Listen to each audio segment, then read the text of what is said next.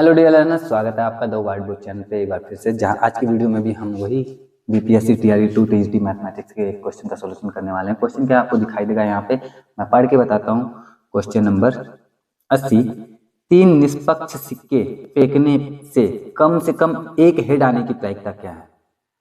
अच्छा क्वेश्चन है, प्यारा क्वेश्चन है, 2 मिनट में समझ में आएगा। देखो, जब हम एक सिक्का फेंकते हैं, एक सिक्का जब फेंकते हैं तो उस टाइम पे कुल संभव परिणामों की जो संख्या होती है, जिसको हम NS से भी कहते हैं, वो 2 होता है। ठीक है, क्यों? क्योंकि या तो हमारा एक सिक्का जब फेंकेंगे या तो हेड आएगा या तो टेल आएगा, तो इसलिए एस का जो समुच्चय बनता है, सेट जो बनता है, वो बनता है हमारा H और T का।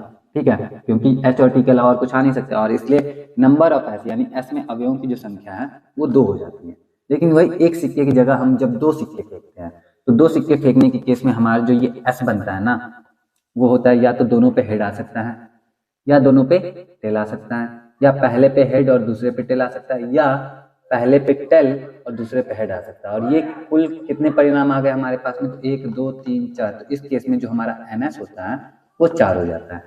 ठीक है, लेकिन यहाँ पे एक सिक्का और 2 सिक्का तो बोला नहीं गया, यहाँ पे बोला गया 3 सिक्का।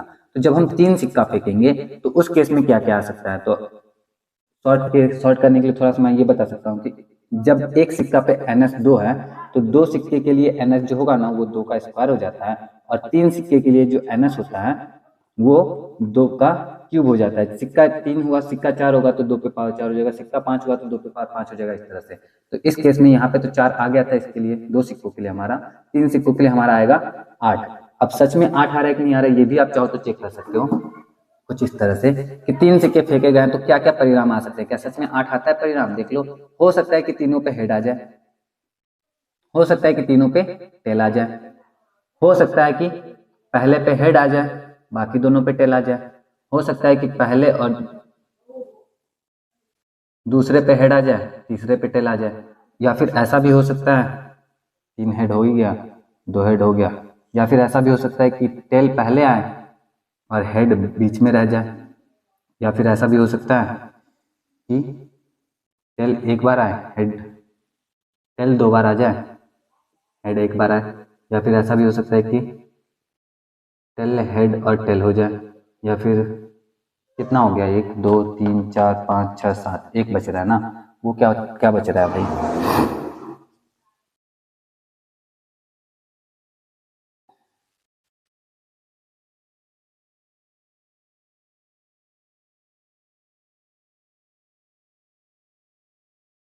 2 हेड,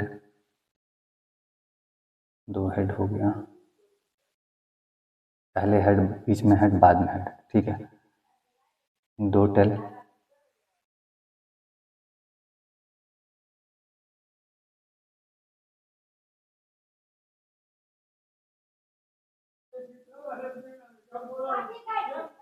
TST तो 2 बार हो गया यार,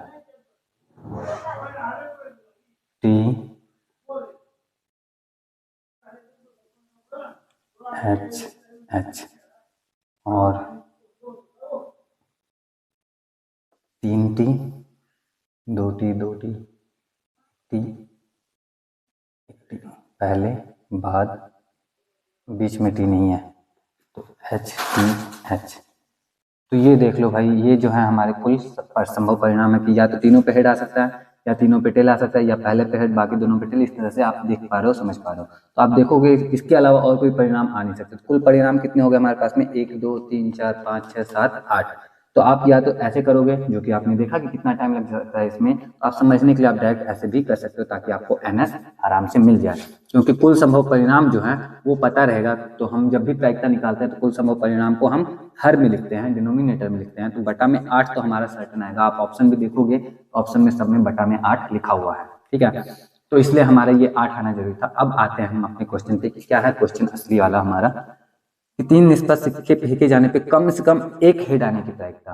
अब देखो, ये अलग अलग परिणाम है, और कौन कम से कम एक हेड आना चाहिए। तो कम से कम एक हेड यानी कि इसमें देखो तो इसमें एक हेड नहीं है, एक भी हेड नहीं है, तो ये हमें नहीं चाहिए, ये हमें नहीं चाहिए। बाकी इसमें कम से कम एक हेड है, इसमें भी एक हेड है ही, इसमें भी एक हेड है, 2 हेड है, इसमें भी 2 हेड है। लेकिन कम से कम जब एक हेड बोलेगा तो हमें मैक्सिमम जो आएगा वो सारा का सारा कवर कर लेना उसमें। तो इसमें एक भी हेड नहीं है, यानी इसको छोड़ दो। इसमें कम से कम एक हेड है, इसमें भी कम से कम एक हेड है, इसमें भी है, इसमें भी है, इसमें भी है, इसमें भी है और इसमें भी है। तो सब में कम से कम एक हेड है। तो प्रायिकता इसकी, इसमें से कोई भी आ जाए, इसको छोड़ के कुछ भी आ जाए तो उसकी प्रायिकता ज्यादा है। कितनी ज्यादा है? तो कुल कितने परिणाम है? 8। और कितने परिणामों में कम से कम एक हेड आ रहा है? तो 1 2 3 4 5 6 7। तो ये प्रायिकता जो होगा कम से कम एक हेड आने का, वो हो जाएगा हमारा 7/8। और ये 7/8 जो है यही हमारा करेक्ट आंसर है। आप देख लो ये कौन सा ऑप्शन में है, यह है ऑप्शन बी में। तो ऑप्शन बी पे हम करेंगे टिक और क्वेश्चन हो गया हमारा सॉल्व। आई होप कि मैं अच्छे से समझा पाया हूँ आपको। अगर समझा पाया हूँ तो आप कमेंट करके बता सकते हो। वीडियो अच्छा लगा हो तो वीडियो को लाइक कर सकते हो। बाकी आज की वीडियो के लिए इतना ही है। मैं मिलूंगा आपसे नेक्स्ट वीडियो में। टिल देन अपना ख्याल रखना, अच्छे से पढ़ाई करते रहना। जय हिंद।